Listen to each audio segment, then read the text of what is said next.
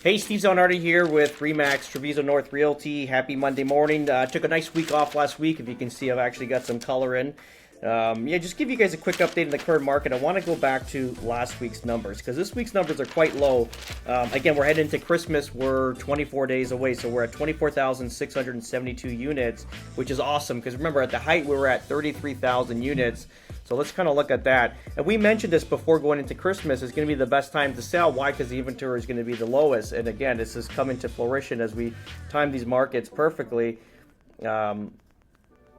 It's dropped off like 25% of the inventory, which is fantastic. That's good news. We've had about 750 sales in the last week as well. So the market is good. It's in good shape right now. And again, how we're transitioning properties. We sold a few listings last week as well. Getting showings on properties, which is great. Again, this Christmas time season, people get confused with it. They want to list in a spring market. Again, this was always historically going to be one of the best months to sell is because this is the highest appreciation for the year. Also, the lowest amount of inventories based on, because you get that one influx between, let's say, Feb, March, April. Then there's going to be some buildup of inventory, slow down through the summer, and then we get this push around Christmas time. So as long as you get listed, there's anybody that comes out in the weather or during the holiday season are usually pre-qualified as serious buyers because they wouldn't be wasting their time to be heading out, which is great.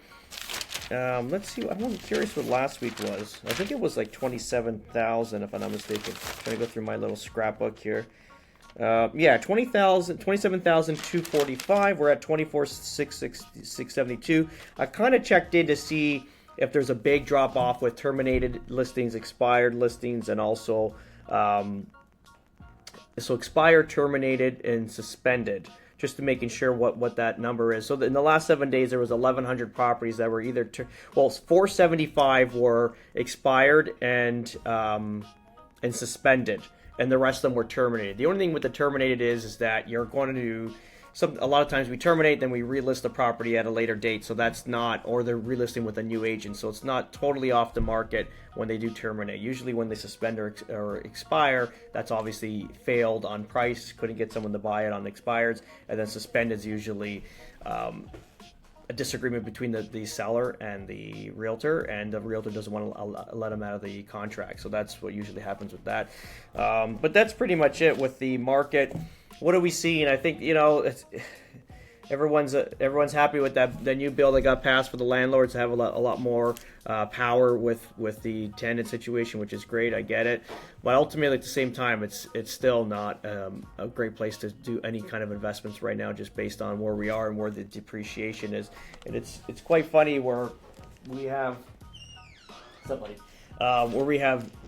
a ton of depreciation happening, and there's a lot of clients, friends, family members that are in sort of a denial of what's currently happening. It's like, again, we don't want to be right on any of these things. It's not like this makes me happy to know that the market's in a decline. It's not like, a position I want to take or be in because I'm putting my foot down. It's just where we see it and where we're obviously experience it firsthand. And this is why we've unloaded assets. We're telling our clients to unload assets. It's not something that we're talking about. We've taken action, not just in 2017, but in 2020, now in 2022 is where we unloaded all our assets. We've been timing this market perfectly just based on the economics. And again, I think a lot of people get confused where they think this is a normal economic boom bust cycle. Again, repeat this 1,000 times. It's not. You got to look at this at a different level.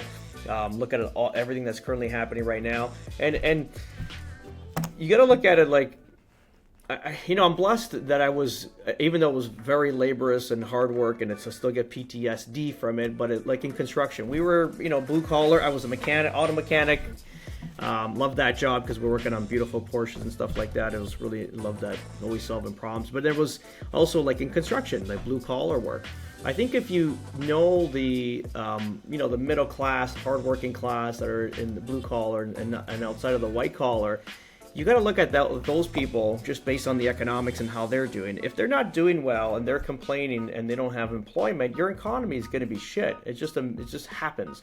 But I think if you're an executive and you go into your glass tower every day, you're not really communicating with the people, like the middle class people that are all around you in your neighborhoods, because they do make a lot of money, but you don't communicate with them because you're an executive. You're not really understanding the current market situation. So you're almost in a glass tower that can't hear anything through the windows, and it's kind of amazing, right? You think ultimately when even for myself, it's like I was talking with a team this morning, like present a better idea than I have, and I'm going to go with it. I'm not hard in the sand for anything. People say, we're conservatives, we're Republicans. Yeah, but if that turns into shit, then I'll switch parties. It's not a question. I can't be just hard in because I'm hard in. I'm not made like that. We always go with the better decision, the better opportunities. It's always like that. And that's also with running money, because if you want to invest properties, you're not going to invest money in real estate. You're not going to do it in Canada right now. It's impossible just based on the depreciation. There's realistically nothing you want to buy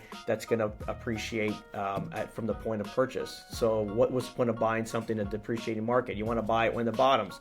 29, 2030, that's probably going to be the time to do this, and this is maybe we'll enter that market as well at that point. So I'm not objective to that as well. But again, I think at the end in life, you gotta find better ideas and replace your bad ideas and keep going forward. And that's obviously what we do as a business, and also in my personal life. But that's pretty much it. Going forward, again, we're always telling you sell, rent temporarily. This is going to be the message going forward to 2026. So I'm not gonna put my foot off this pedal, because I believe that's the right financial decision. If emotion wasn't based on you living in a home and financial stability and financial outcome is your main focus on life, then you would sell. No emotion, you would sell, cash out, and then put the money in a GIC or wherever you want to put it, safety, and just rent temporarily until the market lulls. And then market lulls, you pull your money out, you buy another property in the area that you want, and you go forward from there. But there's no point of losing all this earned equity over the years, because there's no point. Like, why would you give that up? It doesn't make sense. And if you think that it's going to come back on the other end, it's not. I think we've seen the height of Canada, and we're not going to see it again. And you have conversations with family members. If we have the highest migration out of Canada in its history, we have the lowest immigration, and then the immigrants that are coming in are not of high quality, or not providing for the country, or not bringing money in, or they're not doing anything. These are not high quality, high skilled laborers or high skilled technicians or anything of that nature. These are the squabble of every community, so they're just jumping in the area. And this is tied to politics and voting. You get them in, you get votes. As you've seen, like, we're Italian, the big Italian population, the original Trudeau government got all our Italian people in, and they voted Liberal for the rest of their lives, and they still can't get off of that step, which is crazy. Because we know that the last Liberal government, or the current Liberal government, is basically destroyed the fabric of Canada. And I don't know when. Again, I really don't care. We had so much invested in the country, a lot more than a lot of people that I've known, so much invested into the country financially, housing, also employment, everything, my whole life. And we just gave it up, because ultimately, how many times can the whole country vote against what you think is right? So you're going to have to make a move at some point, and that's what we did. But that's pretty much it. Have a great Monday. We will talk soon. Bye-bye.